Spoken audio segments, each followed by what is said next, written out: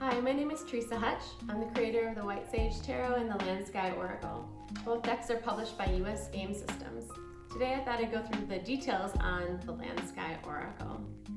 There's so much more to yoga than the physical postures, and I hope that this deck would help you deepen your practice in both yoga and meditation. So this deck is based on Patanjali's Yoga Sutras, and within the Yoga Sutras are the 8 limbs of yoga. And as you can see on this fold out, all the limbs are illustrated for you, and on the back of the fold out are the Yoga Sutras that go along with it. So the Land Sky Oracle is divided into 2 parts, the land and then the sky. And the land represents the material world. And here are the examples. So Yama, Niyama, and Asana. These are all the physical parts of the 8 limbs of yoga, and they're based on these sacred cows and bulls from India. Pranayama is the bridge card between the material and the immaterial world, which is why it has both a bull and an owl on it. And then the sky cards are all owls. These are the immaterial world, including Pratyahara, Dharana, Dhyana, and Sumati. So let's take a closer look at all the cards together. The first limb is Yama, or honoring others, and you can see that the image here is of this young calf. Above the calf is the sacred geometry, and you can see that there are all these triangles, and those repeat on each of the cards at the bottom of the image. So Ahimsa is compassion, and I chose to illustrate compassion with this loon with her baby on her back. When we work in compassion, it really is about working with someone else as though they are ourselves, and you can see that that little chick almost blends in with the back of the mama. Satya is truthfulness, and as you can see, there's an elephant here, and elephants really never forget, and so thinking about truthfulness in a sense of the most subtle form of being truthful with both yourself and others. Asteya, or the image here, is for non-stealing, and I chose to do a raccoon holding this egg.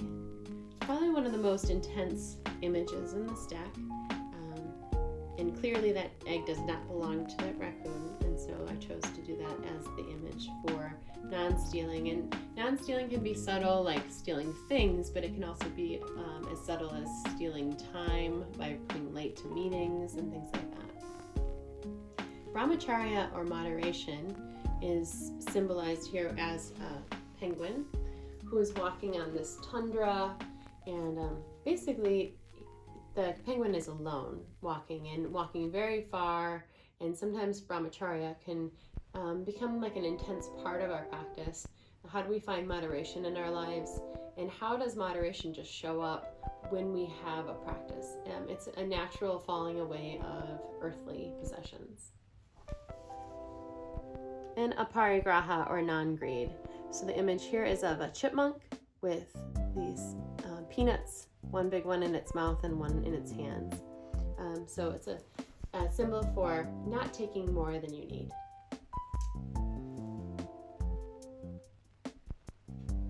The second limb is niyama, or honoring others. And you can see this cow here with this kind of subtle, soft face. And again, the sacred geometry here is a triangle to really symbolize more of a stable base, right? So honoring yourself with this stable base. And again, you can see the triangles are repeated on each of these cards if you end up pulling them separately. So Saucha, or purity, is illustrated with these mushrooms. And there's kind of this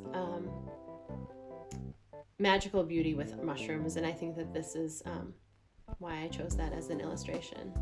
Santosha is contentment, and this frog is just balancing on this branch, and I feel like contentment is something that you come in and out of, and just like the balancing frog does, making the best of each situation as it comes up. Tapas, or zeal, is illustrated by this monarch butterfly, and monarchs travel great distances with these little wings, and again, it just takes a lot of of zeal, really a lot of work for what they need to do in their lives. Svadhyaya is self-study, and you can see that there's this snail looking at this reflection of itself, looking at itself in the water. So self-study can come in terms of working with your yoga practice, but it can also be about learning from the classic texts like the Yoga Sutras or other texts like that. Ishvari Pranadhana is dedication to the Supreme. So you can see this otter with its hands together. So the idea is that you do all the work and then you give up all the fruits that go along with your labor. So here's the second limb. So the third limb in the 8 limbs of yoga is asana, or physical postures. So you can see this big bull with this very strong base is the symbol for this limb. This is what most people think in the West about yoga, is they think about warrior 1, warrior 2, like postures like that. Sometimes people don't even know any of the Sanskrit, so I thought it would be good to illustrate some of the postures and connect some of the words in Sanskrit to your practice. So if you can, try to pronounce them as you pull them. So you can see Matsyasana, or fish pose, Bhujangasana, cobra pose, Ustrasana, camel pose, Vrikshasana, tree pose, and Tadasana, mountain pose. So this painting I created from a dream I had about 6 months before I went to India. And then at some point when I was there, I saw pretty much that same mountain range. So that's a pretty interesting card. So the thing that I would say to consider with your asana practice is consider what is the symbol of a cobra. Like, what does a cobra bring? What kind of energy does it bring compared to a camel? So keep that in mind as you practice. So the fourth limb in the 8 limbs of yoga is pranayama, or breath work. So prana actually translates as energy and yama is the work. So it's energy work or breath work. The illustration here is of this bull with this owl on its head. So it's the bridge between the land and the sky. Ujjayi pranayama is victorious breath. Sometimes people talk about this breath as an ocean breath. So it's a constraint in the base of your throat, and it sounds like almost a soft snore, but you're breathing through your nose. Brahmari pranayama is bee breath. It's a humming noise that you make through your nose, and you plug your ears with your fingertips. Anulom Vilom pranayama, or Nadi Shodhana, is energy purification breath, alternate nostril breathing. Kapalabhati pranayama is skull shining breath. So as you do this, you can imagine your skull getting shined. So it's a quick exhale. On the exhale, it's a pushed out exhale, and on the inhale, it's an easy inhale. So it's this is a good one to do in the morning. It's very energizing. Bhastrika pranayama is bellows breath, and I chose to illustrate this crane because when a crane is just taking off, it has its wings kind of beating really quickly and very strongly, and so that was the symbol that I chose.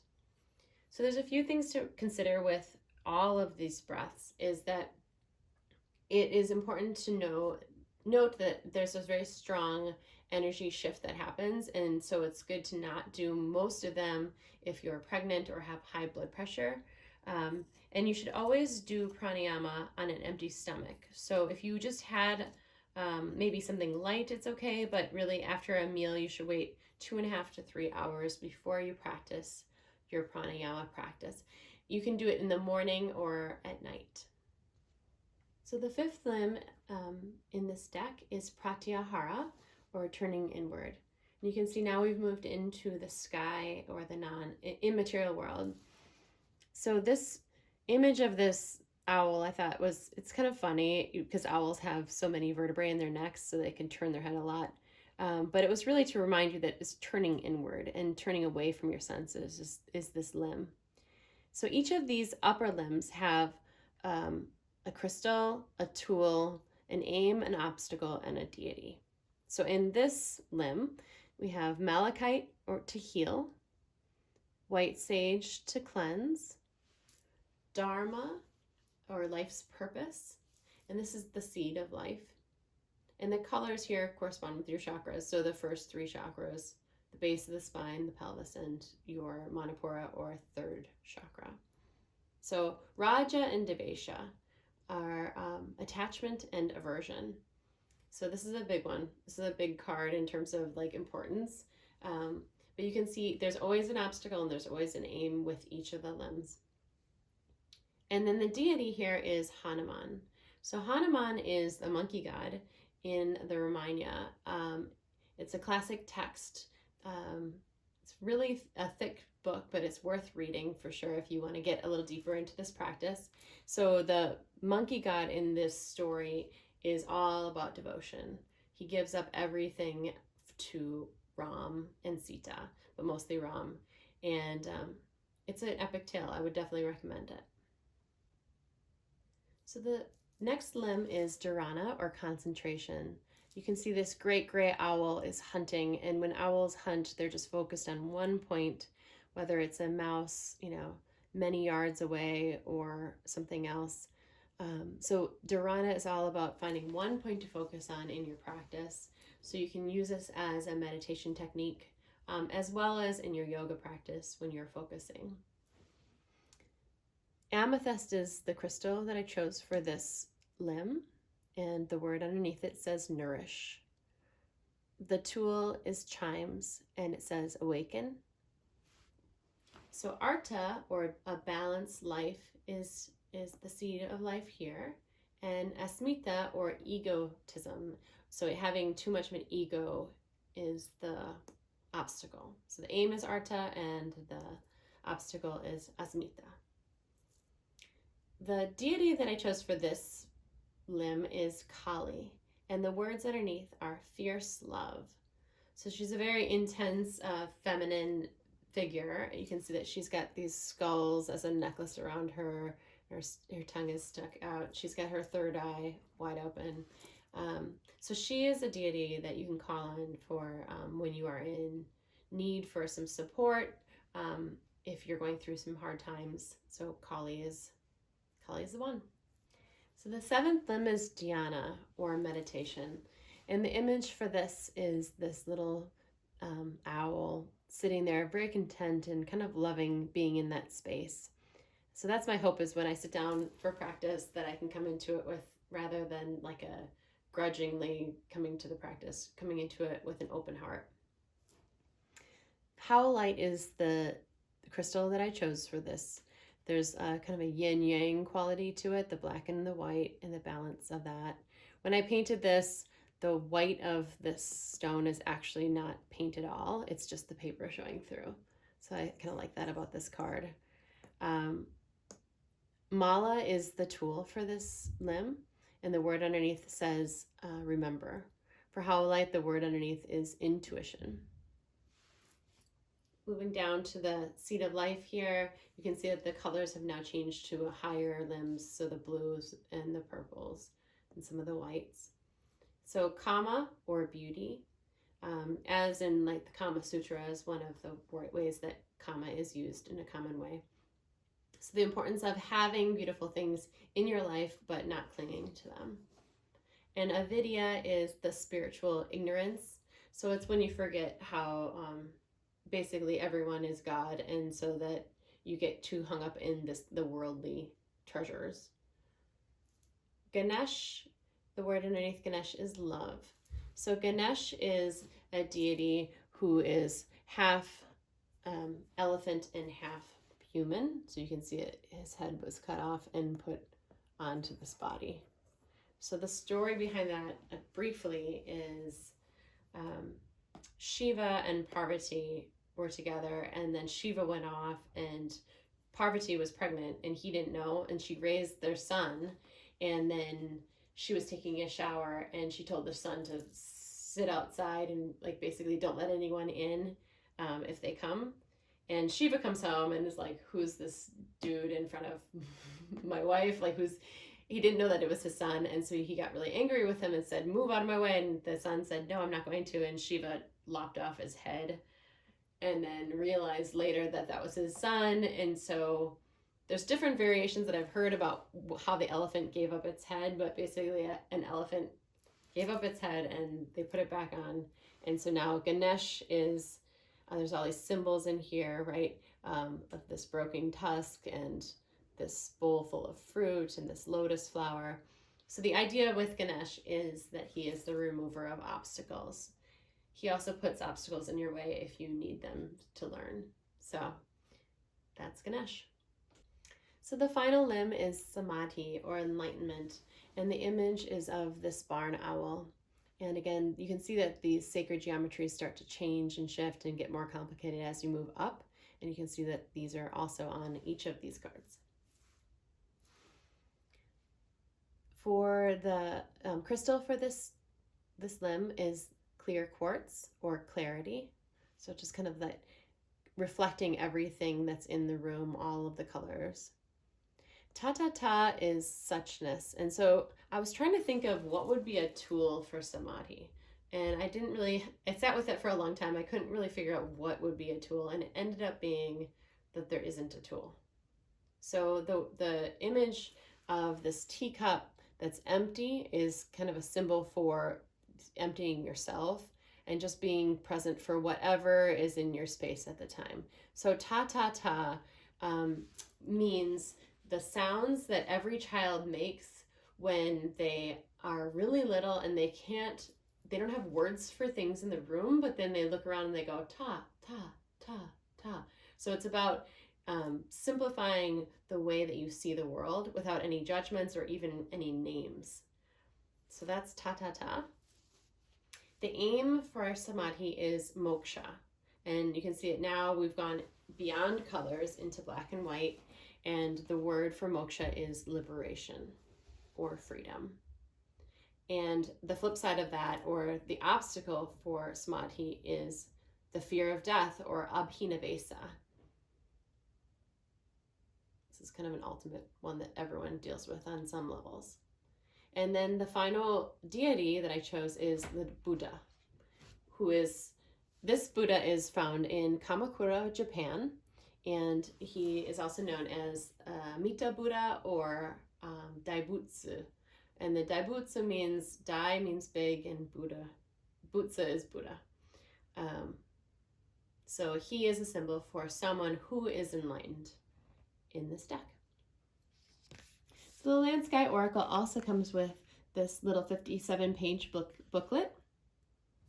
And an example of one of the cards is here, where it goes through the translation, the quality, a yoga sutra, a reflection, as well as an affirmation. Thanks so much for taking a look at my Land Sky Oracle. There are links to my website and Instagram below. I hope that these cards help you deepen your yoga and meditation practice. Namaste.